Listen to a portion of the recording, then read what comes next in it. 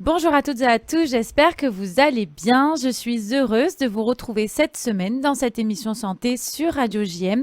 Aujourd'hui, nous allons parler d'un sujet qui révolutionne la médecine, l'intelligence artificielle dans la détection et la prise en charge du cancer. Pour en discuter, j'ai le plaisir de recevoir par téléphone le docteur Avi Assouline, oncologue, radiothérapeute, chef d'unité au Centre de cancérologie de la Porte de Saint-Cloud et à l'Hôpital américain de Paris, ainsi que professeur associé au Collège de médecine des hôpitaux de Paris. Bonjour docteur. Bonjour. Merci d'être avec nous par téléphone aujourd'hui sur le plateau de Radio JM. Comment l'intelligence artificielle peut-elle détecter un cancer et en quoi améliore-t-elle les méthodes de diagnostic traditionnelles ? Alors, l'intelligence artificielle qui est en plein boom détecte le cancer par plusieurs méthodes, principalement en analysant de très grandes quantités d'imagerie médicale, comme par exemple des mammographies, des IRM, des scanners, et puis elle a des algorithmes d'apprentissage assez profonds qui permettent effectivement de colliger et de scanner, si vous voulez, ces images, et c'est comme ça en fait que ça permet possiblement de détecter un cancer. Alors, quels types de cancers sont les plus concernés par ces avancées ? Alors, plusieurs types de cancers sont concernés par ces avancées. Il y a tout d'abord le cancer du sein, avec des outils d'analyse d'images comme les mammographies et les biopsies. Il y a aussi le cancer du poumon qui bénéficie de l'intelligence artificielle pour le dépistage et là aussi l'analyse des images radiologiques. Et puis également, il y a aussi des projets sur le cancer colorectal. D'autres cancers comme le glioblastome et le cancer du pancréas sont également étudiés et concernés. L'intelligence artificielle permet-elle une détection plus précoce et précise du cancer et quelles preuves existent pour confirmer son efficacité ? Alors, son efficacité, ça sera difficile dès à présent de l'affirmer, car on est vraiment au tout début, si vous voulez, de l'implication de manière validée de l'intelligence artificielle en médecine, mais elle permet une détection plus précoce et précise grâce à plusieurs mécanismes. Tout d'abord, l'analyse des images et la détection de signaux spécifiques sur ces images, avec des algorithmes qui analysent en quelques secondes des images, comme je vous l'ai dit, issues de mammographie, d'IRM ou de scanner. Des images très discrètes, des fois trop discrètes pour l'œil humain. Ensuite, elle permet aussi de réduire les erreurs en fournissant, si vous voulez, une analyse qui est standardisée, qui limite la variabilité entre inter-individus qui sont propres qui sont propres à chaque médecin, et ça réduit ainsi les erreurs de diagnostic. C'est en fait une reproductibilité qui est capitale pour une détection précoce des cancers. Enfin, plusieurs preuves cliniques de tout cela sont en cours d'études scientifiques, si vous voulez, et déjà plusieurs études ont été publiées dans des revues scientifiques. Et déjà, il y a déjà dans ces études la preuve de l'efficacité de ces différents outils. Alors, comment l'intelligence artificielle optimise-t-elle les traitements en les adaptant au profil de chaque patient pour une meilleure efficacité ? Alors, concernant les traitements même et l'optimisation de ceux-ci, là aussi, on est encore au tout début. Cependant, ce qu'on peut dire effectivement, c'est que ça se rapproche de plus en plus, si vous voulez, de tout ce qu'on appelle la médecine personnalisée, parce qu'on adapte les thérapies au profil unique de chaque patient, de chaque pathologie, grâce à l'analyse de données multiples. Et cette analyse est faite effectivement par l'IA, l'intelligence artificielle, là aussi en combinant des données issues de différentes imageries médicales, des analyses génomiques par exemple, des biomarqueurs, des antécédents cliniques du patient pour établir le profil très détaillé de celui-ci. Cette approche, en fait, si vous voulez, permet de mieux comprendre les caractéristiques spécifiques de la tumeur et de prédire en quelque sorte la réponse à différents traitements. Il y a des modèles prédictifs qui sont faits aussi avec des algorithmes qui peuvent aussi identifier certains sous-groupes de patients qui ont des réponses similaires à certaines thérapies, parce que chaque patient réagit différemment. Et donc il y a des sous-groupes où on peut effectivement analyser des réponses similaires et on peut enfin ajuster les traitements et optimiser les dosages en prédisant la sensibilité par exemple des tumeurs aux différents médicaments et en évaluant aussi des risques d'effets secondaires. Donc justement, l'intelligence artificielle peut réduire les effets secondaires des traitements et prévenir certaines réactions indésirables avant qu'elles ne surviennent ?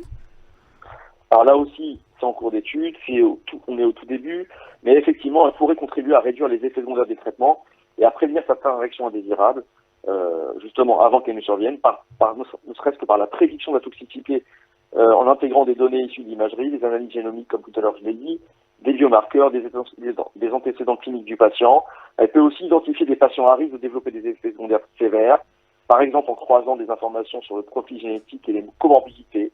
Elle peut aussi anticiper la toxicité de certains médicaments, comme par exemple, je pense à la cardiotoxicité liée à certaines chimiothérapies. Elle peut aussi personnaliser les protocoles thérapeutiques grâce à des modèles prédictifs. Et elle aide ainsi les médecins cliniciens à ajuster les dosages et sélectionner les thérapies les plus adaptées pour chaque patient. Et effectivement, ainsi réduire les risques d'effets indésirables. Enfin, vous savez maintenant qu'il y a des systèmes qui permettent une surveillance en temps réel et ils peuvent analyser en continu les données du patient pendant le traitement, c'est-à-dire pendant la période où dure le traitement, si ça dure 2-3 mois. Elle permet de détecter rapidement tout signe annonciateur d'une réaction négative. Ça aussi, l'IA peut aider en ce sens.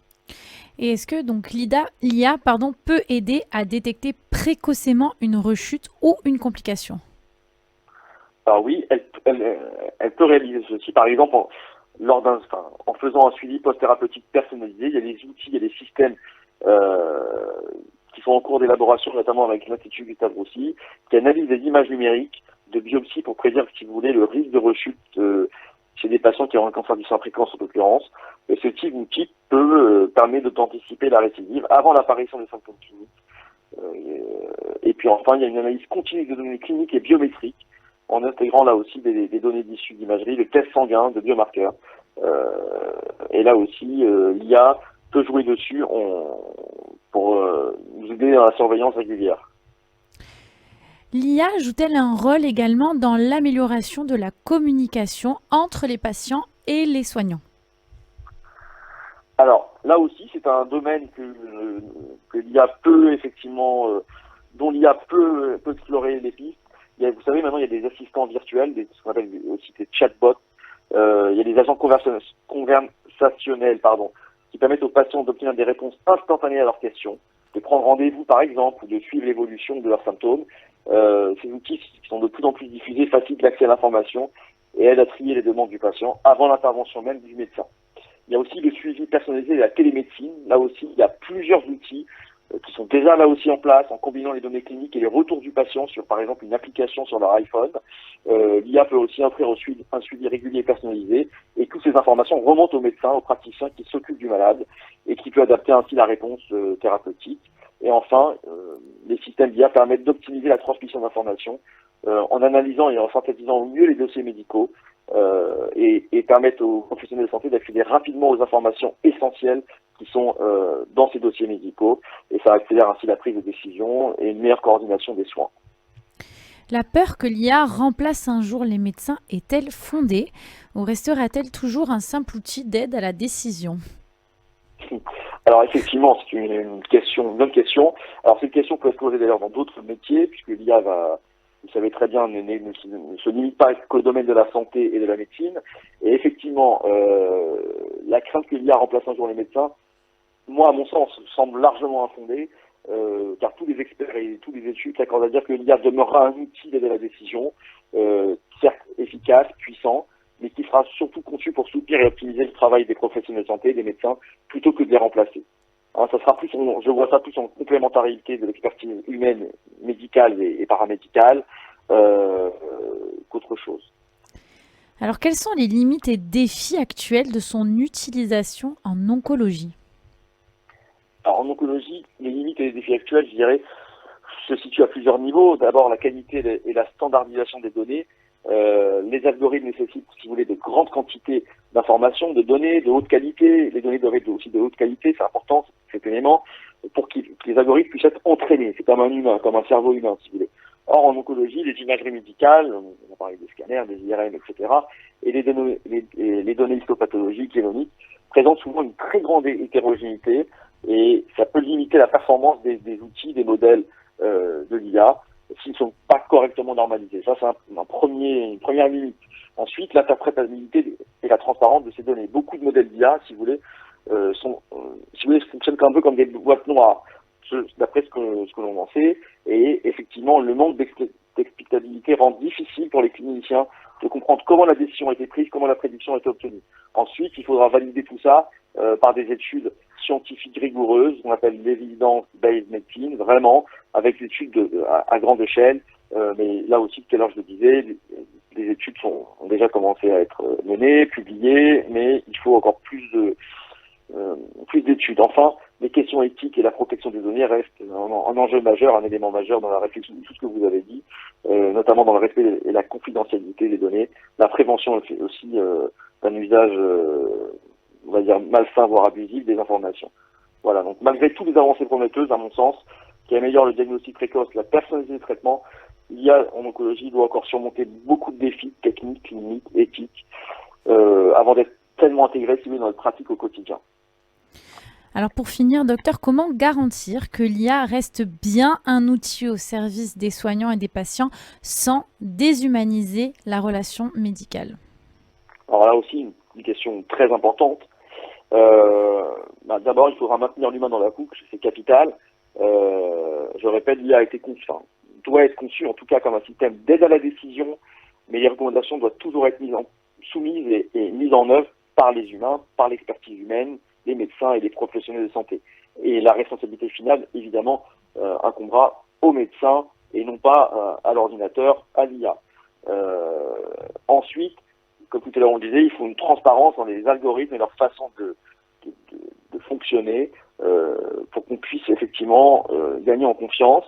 Il y a là aussi la formation continue, l'éducation, ça compte. Et puis comme on l'a dit tout à l'heure, un cadre éthique et réglementaire solide, sans quoi tout ceci peut effectivement partir à la dérive. Et si en revanche on peut libérer du temps pour l'interaction humaine en automatisant les nombreux tâches administratives et répétitives qu'ont les médecins et les professionnels de santé, l'IA pourrait permettre aux médecins de consacrer plus de temps à l'écoute aux patients, à la relation directe avec ceux-ci et à leurs collègues, en renforçant ainsi la dimension humaine des soins. Et effectivement, tout ceci pour améliorer effectivement la médecine et ses progrès.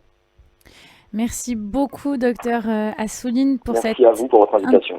Pour cette intervention à distance aujourd'hui sur le plateau de Radio JM. Merci à toutes et à tous, auditrices et auditeurs. Vous pouvez retrouver cette interview sur le site radiojm.fr, notre page Facebook et Instagram ou sur l'application Radio JM.